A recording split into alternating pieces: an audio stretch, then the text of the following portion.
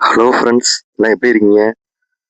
நான் இப்போ எங்கே இருக்கேன்னு பார்த்தீங்கன்னா, கும்பகோணத்தில் உள்ள உப்பிலியப்பன் சுவாமி கோயிலில் தான் இருக்கிறேன். ஆக்சுவலாக இது வந்து ஒரு பெருமாள் கோயில். கும்பகோணத்துலேருந்து ஒரு ஒரு 6 கிலோமீட்டரில் இருக்கு. எல்லாரும் கும்பகோணம் வந்தீங்கன்னா அங்கே வந்து பார்த்துருப்போம் அந்த கோயில். அங்கே பார்த்தீங்கன்னா யானை இருக்கு. வர்றவங்கெல்லாம் அந்த யானை கிட்ட ஆசீர்வாதம் வாங்கிட்டு போகிறாங்க.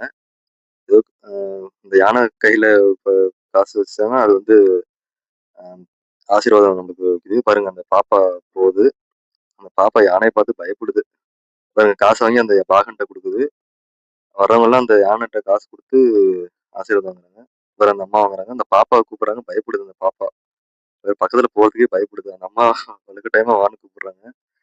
பாருங்க யானை எவ்வளவு அழகா இருக்கு பாருங்க. யானைக்கு எல்லாம் அலங்கரிச்சு சூப்பரா வச்சிருக்காங்க. நல்லா இருக்கு பாருங்க யானை. அழகா இருக்கு யானை. பார்க்கறதுக்கே நல்லா இருக்கு. ஆனா பக்கத்துல போதான் பயமா இருக்கு.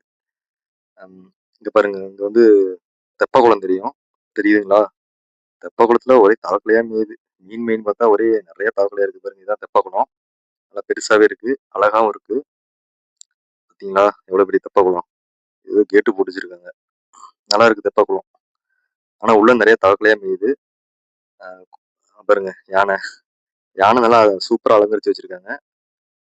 இப்படியே வந்தீங்கன்னா இங்கிட்டு கோயில் பிரகாரம் பாருங்க. தேர்லாம் தேரு. இது தேர் வர வழின்னு நினைக்கிறேன். அங்க பாருங்க, தேரு வர வழிதான் இதுன்னு நினைக்கிறேன். கோயில் நல்லா பெருசாவே இருக்கு. பாருங்க கோபுரம் தெரியுது. தெப்பக்குளம் நல்லா பெருசாவே இருக்கு. கோயில் நல்லாவே இருக்கு. சூப்பரா இருக்கு. கும்போணம் வந்தீங்கன்னா மறக்காம வாங்க. பாருங்க அந்த கோயில்ல இன்னைக்கு ஏதோ கல்யாணம் போல் இருக்கு. ஐயர்லாம் நிக்கிறாங்க. கல்யாண ஜோடி நிக்கிறாங்க.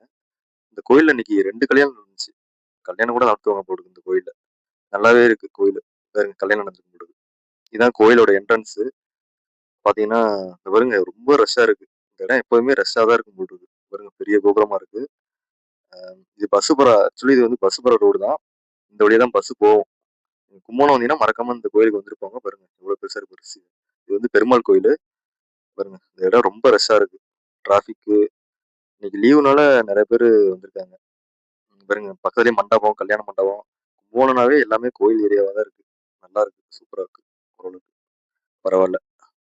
பாருங்க எவ்வளவு அழகா இருக்கு.